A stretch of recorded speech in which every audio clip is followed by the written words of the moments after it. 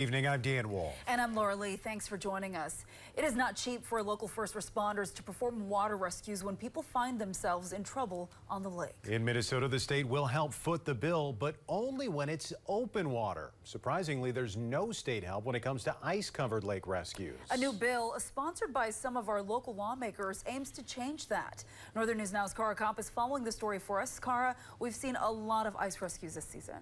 Yeah, Dan, Laura, we have. Right now, sheriff's departments can get paid half or up to $5,000 in reimbursements after doing water rescues. The only difference between them getting that money or not is if there's ice on the water. That's where State Representative Ben Davis's bill comes in. Davis serves the Brainerd area. He says the only reason open water rescues get reimbursed is because the money comes from boat license fees. In an effort to keep that reimbursement opportunity year-round, Davis suggested in a new bill tapping into the state's general fund. That would help take the fiscal pressure off of law enforcement agencies who are simply trying to save lives.